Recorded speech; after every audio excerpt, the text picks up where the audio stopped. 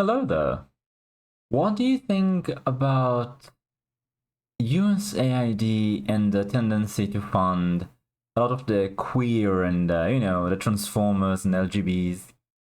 It seems as though they also paid quite a bit to the BBC, and the BBC is pretty much of the same mind on the subject. This is a BBC article from 2 days ago. Being a fairy is like wearing a superhero cape. Yeah, I don't think so. So, Fennec Firefox, a man dressed as a large, fairy orange fox, with blue hair and a tail tipped by a flame. I assume that it's this person in this picture right here. Says that in his normal life he's a very shy person. But after he adopts his, quote, persona, unquote, he is dancing in the street and sharing a long hug with his best friend Rock, who is dressed as a giant red and black German shepherd. It's like a superhero cape, says Fennec. When I put my fox head on, the person is gone, he does not exist. Fennec says that being in costume allows him to escape his everyday struggles and do nothing but be happy. That's what has brought him to Scotland's largest fairy convention, Kotiakon. Well, I can't help but feel as though this is something that used to be on the margins of society, where we would tolerate it. We don't really care what you do if you go to a convention like this, or what you do in your own free time and your bedroom, whatever. But it wasn't mainstream, and nobody tried to make it mainstream because most people thought it's weird, and people also thought that the more adult applications of this particular trend are, well, strange and unwholesome. So people avoided them, and it was fair enough. Every group stayed in their own corner and didn't try to make what they do public and mainstream. There was no normalization, as the left likes to call it, going on. And for some reason, nowadays you must approve of the hobbies and tendencies of every single one of these groups, because otherwise you're a bad person. That's essentially the rule of the left, and in fact it is enforced by governments to the extent that we've had people punished for not celebrating Pride Month, if you remember. Outside a Glasgow hotel where the event is held, hundreds of people dressed in costumes ranging from a rabbit in military uniforms to a unicorn with a magic wand have gathered along the banks of the Clyde. Passers-by dodge a pack of giant multicolored dogs as they pose with each other in a group selfie. A few meters away, a group consisting of a bull with pink ears and a husky in a wizard's hat dance along to an accordion being played by a person in a large cartoon fox head. Scotiacon's co-director, Jeremy Smith, says the event is an opportunity to forget the real world for a weekend. It's interesting because the rest of us are not allowed to forget the real world ever. Politics must be everywhere in all of your entertainment. The personal is political, do remember.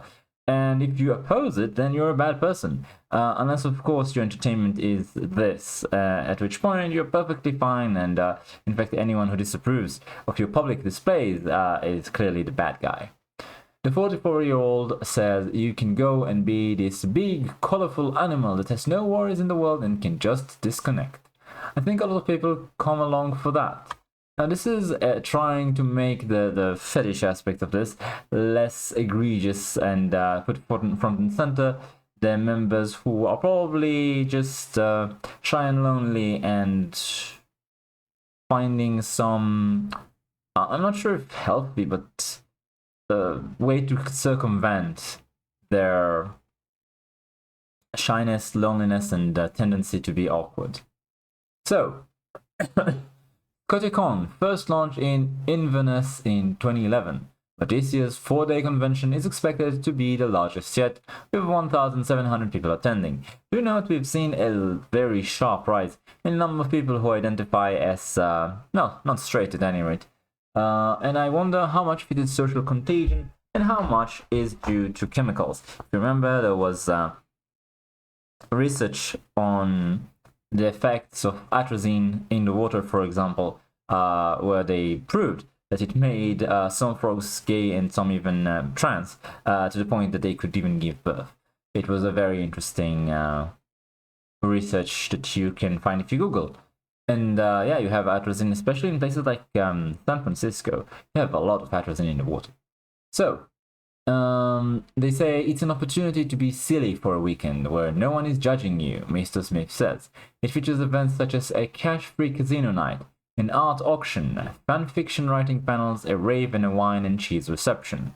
However, the convention and the furry fandom more widely is regularly the subject of controversy. Notice that this is a fluff piece. They're trying to present them as wholesome as possible and trying to defend them as much as possible and paint their detractors as how to put it, just bad people, people who are very prejudiced. It is often associated with sexual fetishism, and members of the fandom have been accused of being sexual deviants or misfits. I wonder why. The convention does host events such as writing furry erotica, but Mr. Smith insists that furries are badly represented in the media and that fetishism is not part of the furry identity.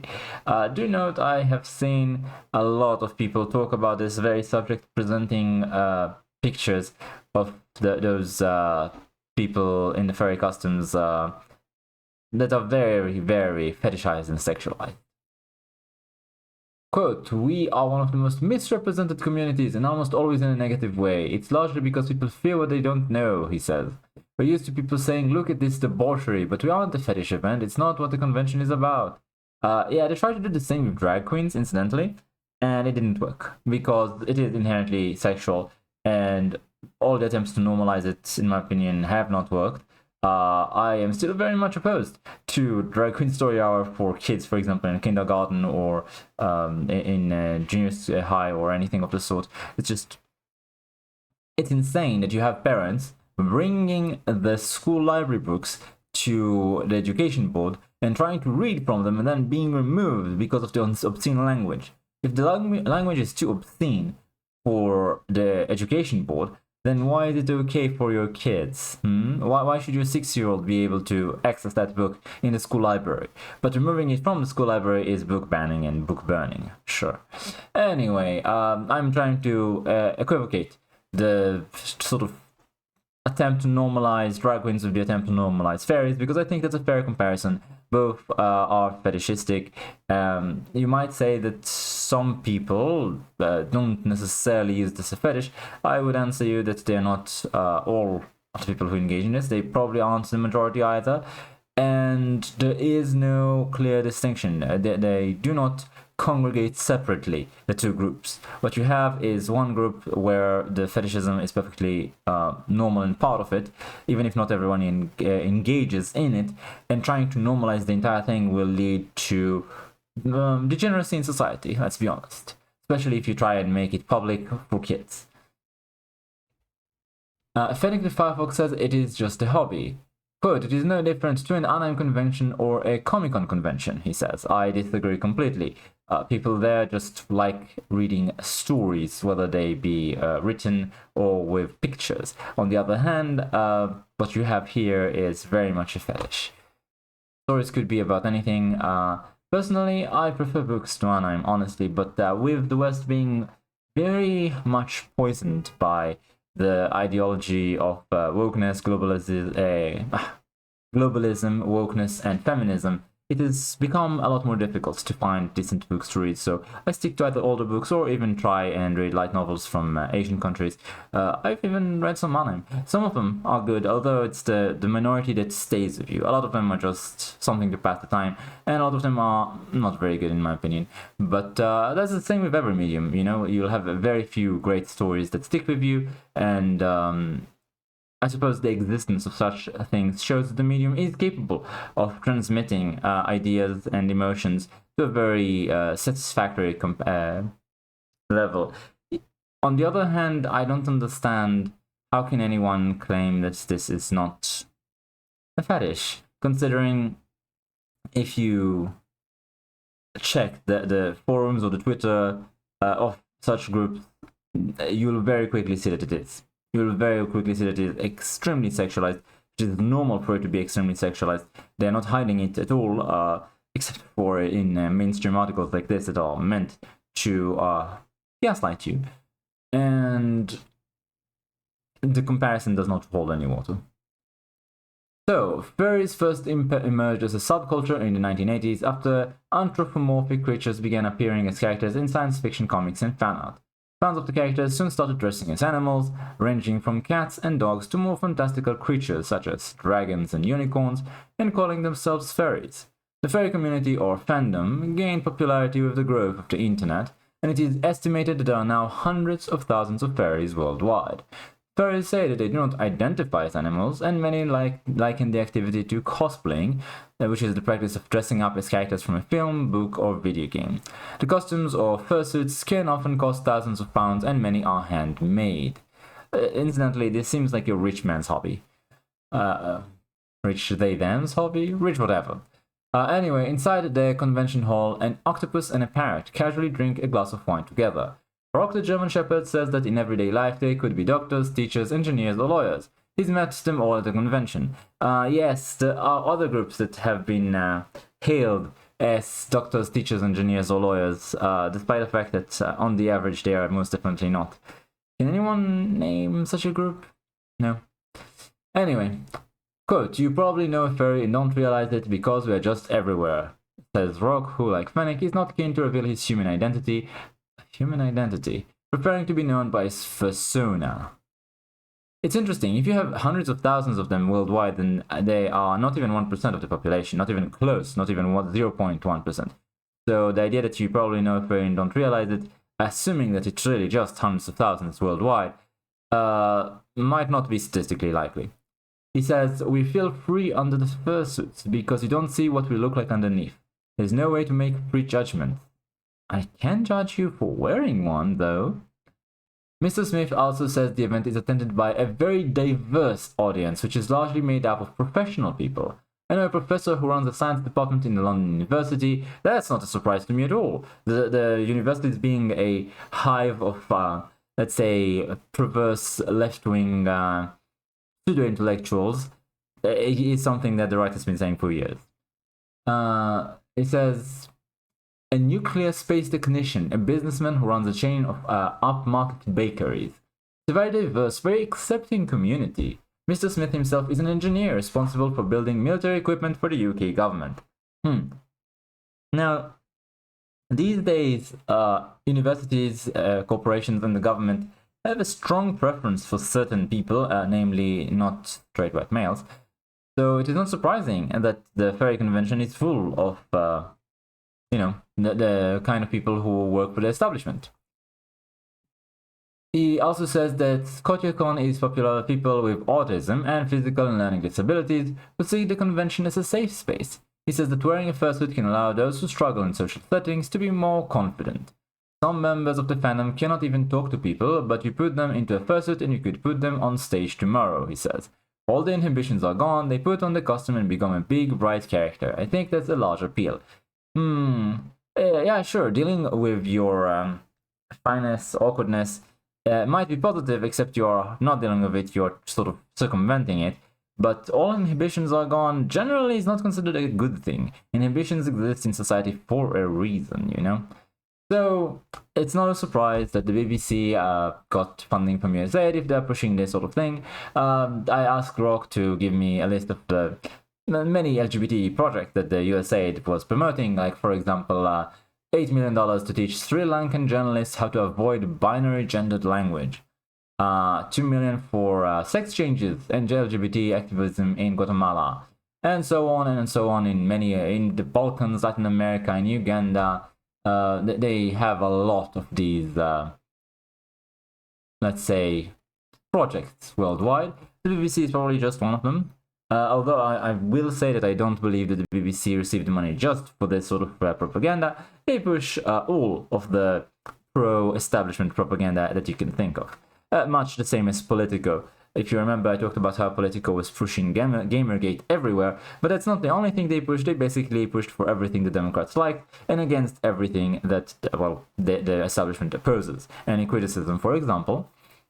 I've also heard speculation, let's say, that some YouTubers on the left received this sort of aid. We know that people like Anita Sarkeesian, for example, did, but it appears possible that people like Vosh, if you know, if you've ever had the misfortune of seeing a clip of his, have also maybe received money from USAID. It seems to me as though USAID is the motherlode. It's one of the most significant sources of funding for left-wing culture and political activism in the world.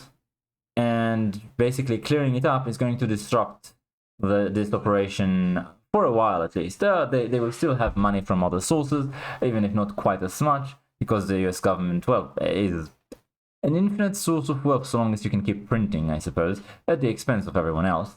But even then, they will still maintain some grip on culture once they have the time to restructure and reorganize.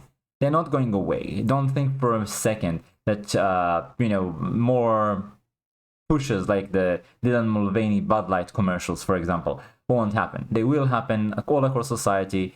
And in fact, I think they'll become more vehement and more aggressive now that we've wounded them. This is just one battle in a long war, and if we want to return to a sane society like we had before, let's say, Obama came in, then it's going to be a long fight. And there's no two ways about it. Pushing back on the normalization of such activities as this Furrycon, I think is very important. It's not that I don't think that they should be allowed to do what they want in their bedrooms or even have a convention, if you will, but keep it private. Don't try to normalize it. Don't try to pontificate on it. I don't want to be lectured on how virtuous and moral and wholesome you are. Yeah, go tell it to someone who cares or believes. This is a fetish. Keep it to yourselves. Keep it among yourselves and leave the rest of us out of it, especially the kids. And if you don't, then you will very quickly wear out your welcome. In my personal opinion, there has been a lot of harm done to minorities and the LGBTQ community by the push the left tried to do to normalize and even mainstream them instead of, the classical norms. And what this has done, at least to me personally, is it made me very impatient and suspicious of these groups, such that whenever I see now a character that is gay or a strong independent woman or a person of color, I immediately have this defensive response of, well, wait a second. Is this going to be preachy about how evil the West is and straight people and white people and men are? Is this going to be one of those, the minority or person of color or the woman is the best ever and they have to fight against the sexism and racism that are displayed everywhere and they have to be better than anyone else, to do twice the work for half the recognition? Like this one narrative that they push everywhere. This is my first thought whenever I see a character that isn't a straight white male, because they've been pushing it so strongly everywhere that I'm just used to it. I'm just prepared for this. And it makes me not want to engage with any media that has these characters. And it's a shame because, there used to be quite a lot of characters that were great, that weren't straight white males. There's nothing inherently bad about such characters, but you have created this pattern recognition response, at least in me, that okay, the character is black, therefore it's probably going to be beating up all the evil and stupid and incompetent and racist white guys.